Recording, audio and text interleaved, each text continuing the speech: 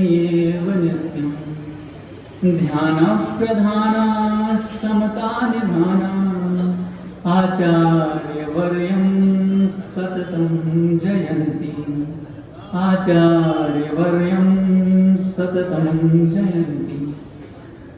बोलिए अनंतानंद सिद्ध परमेष्ठी भगवंतों की, मूल नायक श्री पार्श्वनाथ भगवान की, संत शिरोमणि आचार्य गुरुदेव श्री विद्यासागर जी मुनि महाराज की, निर्यापक मुनि श्री समय सागर जी मुनि महाराज की, परम पूज्य मुनि श्री प्रशस्त सागर जी, मल्ली सागर जी, आनंद सागर जी आदि 3 कमलों कोटि महामुनि महाराजों की।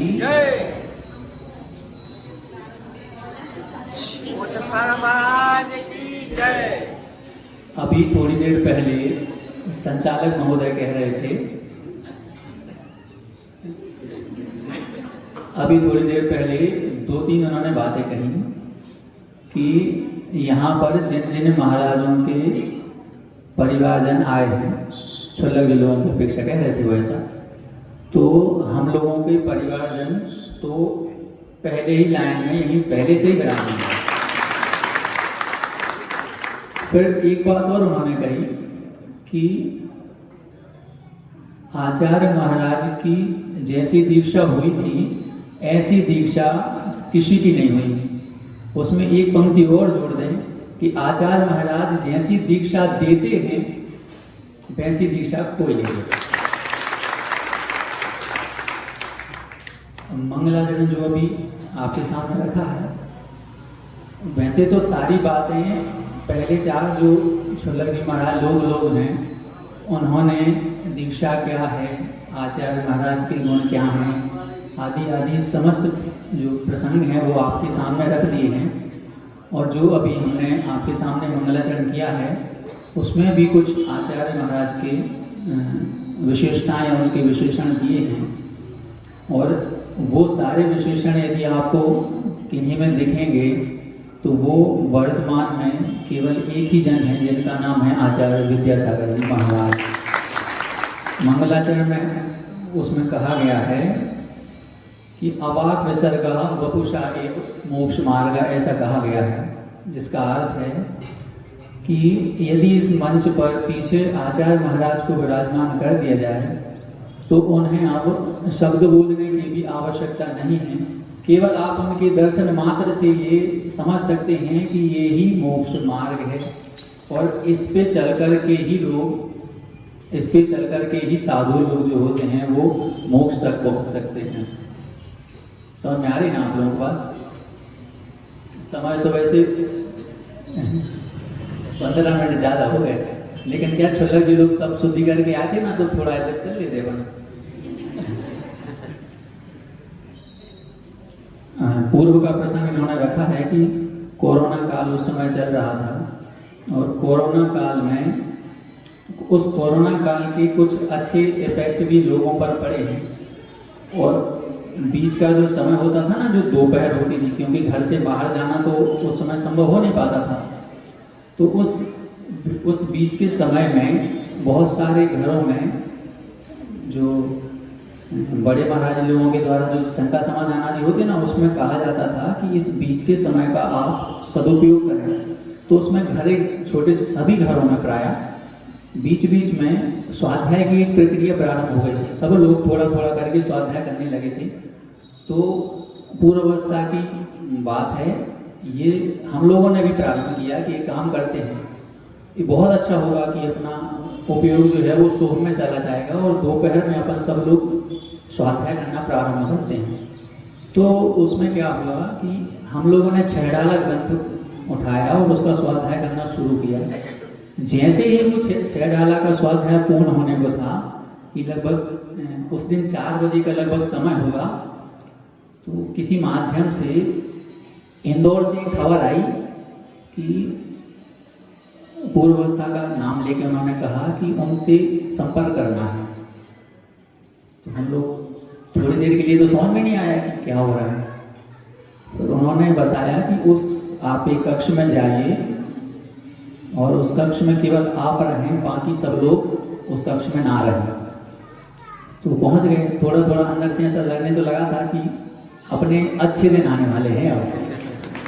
तो हम लोग वहाँ गए, सबको बाहर कर दिया। तो जिसके माध्यम से संपर्क साधा जा रहा था, वहाँ से कहा गया कि अभी अभी आचार्य महाराज ने, उनके आचार्य महाराज के कक्ष में पूज्य मुनि श्री निरुपम सागर जी महाराज होंगे, तो उनको कहा कि श्रवण को बुलाओ, मतलब पूज्य मुनि श्री श्रवण सागर जी महाराज को बुलाओ। तो महाराज जी उनके पास पहुँचे। तो आचार्य महाराज ने उनको कहा कि वो जो ब्रह्मचारी जी थे ना कलकत्ता वाले, उनके बारे में हमने कुछ सोचा है, उनको बुलाया जाए। तो महाराज जी कहते हैं, महाराज जी को थोड़ी देर के लिए समझ में नहीं आया कि कौन से कलकत्ता वाले, क्योंकि कई सारे लोग थे जो पूर्व मतलब पहले उस अवस्था में कलकत्ता से जिनका संबंध हुआ। तो उन्होंने कहा, फिर आचार्य सिंह ने कहा, अरे नहीं वो जो मतलब इंजीनियर है जो, तो फिर भी नहीं। तो फिर उन्होंने तीसरी बार में आचार्य सिंह ने सीधा नाम ही ले दिया कि हम उनका कह रहे हैं। तो हमारे मतलब संपर्क साहब बताया गया कि भैया उनको बुलाया गया है।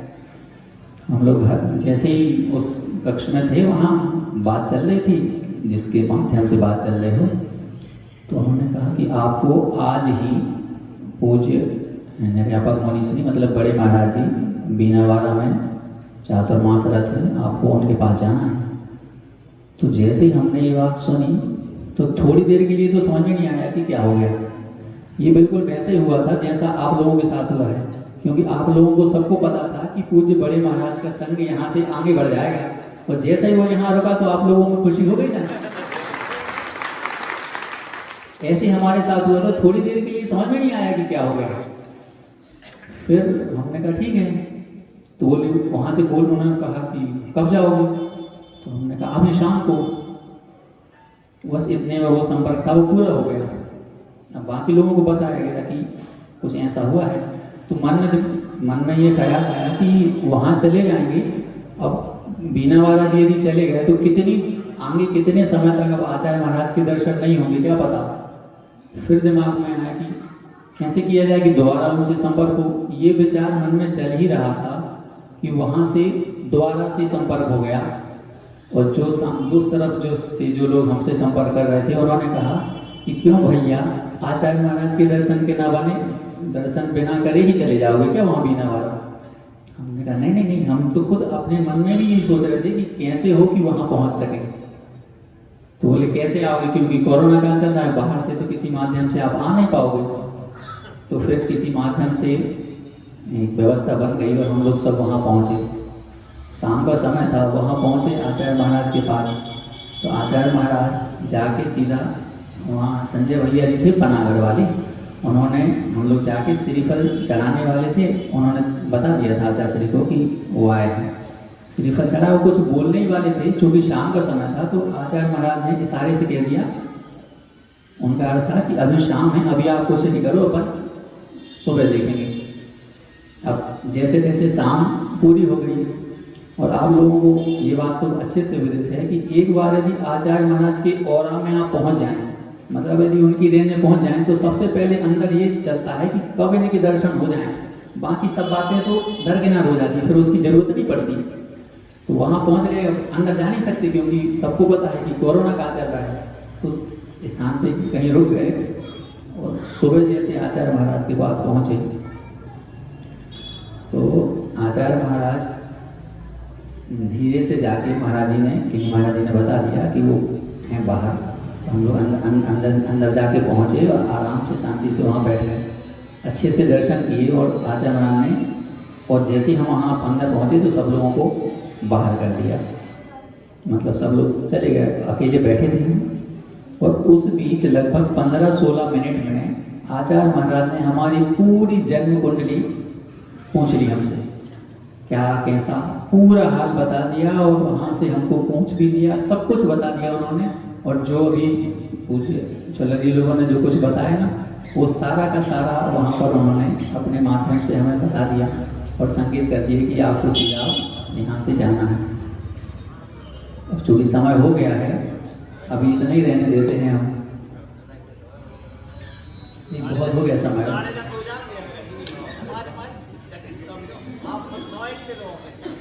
नहीं हो गया, बहुत हो गया, और इसमें क्या। आचार वर्णन से संबंधित सारी जानकारियां तो महाराज लोगों ने आपको दे दी, इतना ठीक है।